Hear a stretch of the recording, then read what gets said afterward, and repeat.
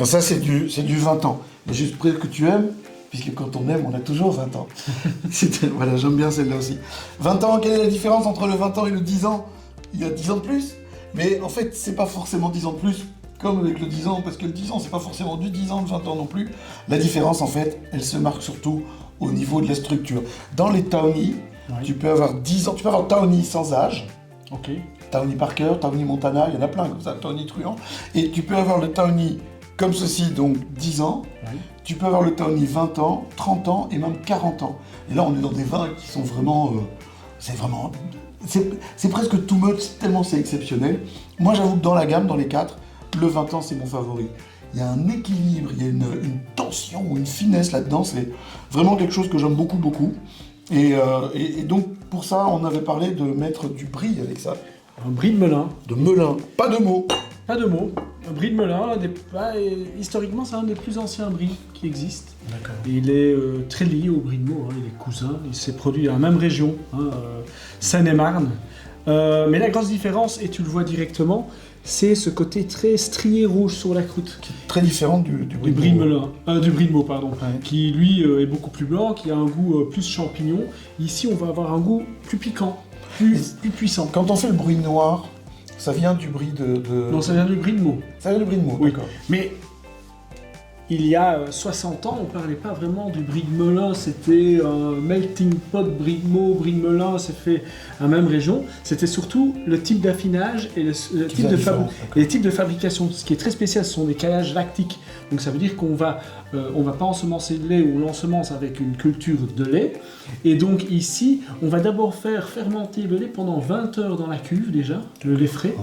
Et puis après, il y a un caillage de 16 heures. Et donc le lait, avec l'ensemencement, va donner une acidification du lait et qui va donner déjà beaucoup plus de goût. De goût. Et est-ce que je me trompe ou il est plus blanc qu'un brie de Meaux? C'est J'ai le l'impression qu'il est plus jaune ou alors c'est l'éclairage de... C'est l'éclairage ou peut-être la saison, mais normalement la D'accord. saison est bonne pour l'instant. C'est plutôt l'éclairage. Et ce qui est aussi particulier, c'est qu'il n'y a plus beaucoup de producteurs de brie de Melun. Il n'y a plus qu'un fermier, un industriel et un laitier. On a un de chaque catégorie. Voilà. Et celui-ci vient d'une laiterie, fromagerie du Doloir. Et la particularité aussi dans le brie de Melun, c'est que l'affinage se fait par des affineurs. D'accord, comme on a avec Dans le Jura, en Italie, etc. Ils Ils prennent, achètent, ils font mûrir. Ok. Pourquoi? Parce qu'ils sont affinés, tu le vois ici, sur de la paille. Ok. Et donc c'est ça qui donne la particularité. Ce que j'avais vu avant celui-là, souvent je trouve qu'il y a il y a une maturité très différente entre le Melun et le Meaux. Avec le Meaux, on a l'habitude de l'avoir qui se répand un peu toute l'année. Et avec le Melun, j'en avais vu qui était plus crayeux. Oui, qui sont plus fermes, qui Ouais. sont plus... Ça dépend surtout de quel affineur tu D'accord. trouves. Moi, je travaille avec Éric Sellier, et lui, fromagerie du Doloir. Moi, je trouve qu'il fait un travail superbe. Il y a un truc, pour ceux qui nous regardent, qui est vraiment épatant. C'est, tu me donnes le nom du fermier, mais aussi le nom de l'affineur. Et un produit de luxe, parce que c'est un produit de luxe, C'est un produit de luxe. on connaît toute sa généalogie. On sait qui l'a fait, on sait qui l'a affiné dans ce cas-ci.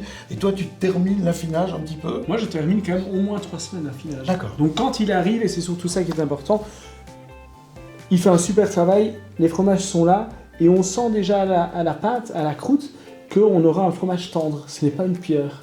Et moi, je finis pendant 3 semaines aussi sur la paille pour arriver, comme tu vois, à un fromage qui se lâche, qui a des belles petites bulles. Et je crois que ça va très bien se marier parce que c'est piquant. Quand même. Oui, c'est puissant en goût. Oui. Ici, on a de la puissance avec le 20 ans. Et ce qu'il y a d'intéressant dans ce 20 ans, c'est, en dehors de la puissance, c'est le côté épicé.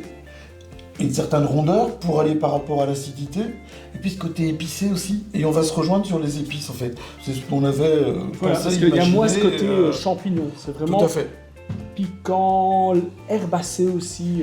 On pourrait très bien aller aussi, si on n'était pas avec une gamme de Porto, sur des blancs très riches, Voilà. très puissants, des gros chardonnays, etc.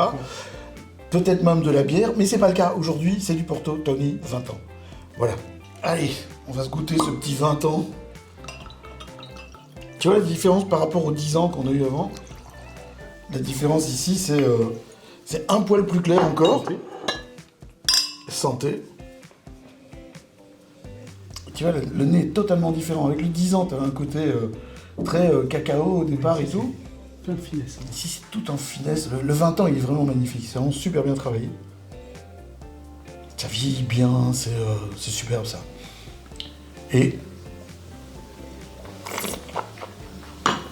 je pense vraiment qu'avec ce qu'on a choisi, ça va se combiner top Magnifique. bien. Ouais. Que du bonheur, quoi. Magnifique. Que du bonheur.